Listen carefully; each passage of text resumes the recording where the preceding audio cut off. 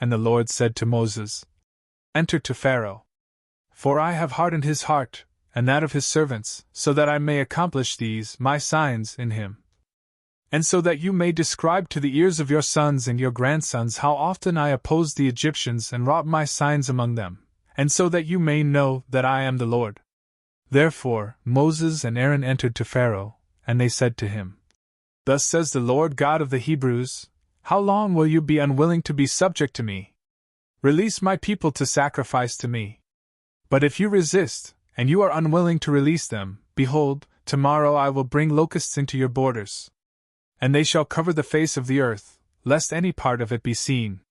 Yes, and what remains from the hail shall be eaten. For they will gnaw away all the trees that spring up in the fields. And they will fill your houses, and those of your servants and of all the Egyptians, so many as your fathers and ancestors have not seen, from the time that they rose up over the earth, even until this present day. And he turned himself away, and he departed from Pharaoh. Then the servants of Pharaoh said to him, How long must we endure this scandal? Release the men, in order to sacrifice to the Lord their God. Do you not see that Egypt is perishing? And they called back Moses and Aaron to Pharaoh, who said to them, Go, sacrifice to the Lord your God. Who are they who would go? Moses said, We will travel with our little ones and our elderly, with our sons and daughters, with our sheep and herds. For it is a solemnity of the Lord our God. And Pharaoh responded, So let the Lord be with you.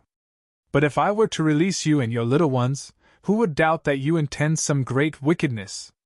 It will not be so. However, go only with the men, and sacrifice to the Lord.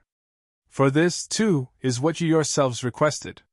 And immediately they were cast out from the sight of Pharaoh. Then the Lord said to Moses, Extend your hand over the land of Egypt, toward the locusts, so that they may rise up over it, and devour every plant which remains from the hail. And Moses extended his staff over the land of Egypt. And the Lord brought a burning wind all that day and night. And when morning came, the burning wind lifted up the locusts. And they ascended over the entire land of Egypt. And they settled into all the parts of the Egyptians, innumerable, such as had not been before that time, nor ever would be thereafter. And they covered the entire face of the land, laying waste to all things. And the plants of the land were devoured, along with whatever fruits were on the trees, which the hail had left behind. And nothing at all of the greenery remained on the trees or on the plants of the earth in all of Egypt. For this reason, Pharaoh hurriedly called Moses and Aaron, and he said to them, I have sinned against the Lord your God, and against you. But now, release me from my sin even this time, and petition the Lord your God, so that he may take this death away from me. And Moses, departing from the sight of Pharaoh, prayed to the Lord. And he caused a very strong wind to blow from the west, and seizing the locusts, it cast them into the Red Sea. There remained not so much as one in all the parts of Egypt. And the Lord hardened the heart of Pharaoh, either did he release the sons of Israel. Then the Lord said to Moses, Extend your hand into the sky, and let there be a darkness over the land of Egypt, so dense that they may be able to feel it. And Moses extended his hand into the sky. And there came a horrible darkness in the entire land of Egypt for 3 days. No one saw his brother, nor moved himself out of the place where he was. But wherever the sons of Israel were living, there was light. And Pharaoh called Moses and Aaron, and he said to them, Go, sacrifice to the Lord. Only let your sheep and herds remain behind. Your little ones may go with you. Moses said, You must also permit us victims and holocausts, which we may offer to the Lord our God. All the flocks shall travel with us.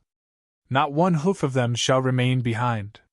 For they are necessary for the worship of the Lord our God, especially since we do not know what ought to be immolated, until we arrive at the very place. But the Lord hardened the heart of Pharaoh, and he was not willing to release them.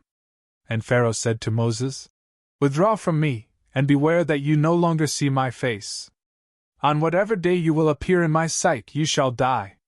Moses responded, So be it, just as you have said. I will no longer see your face.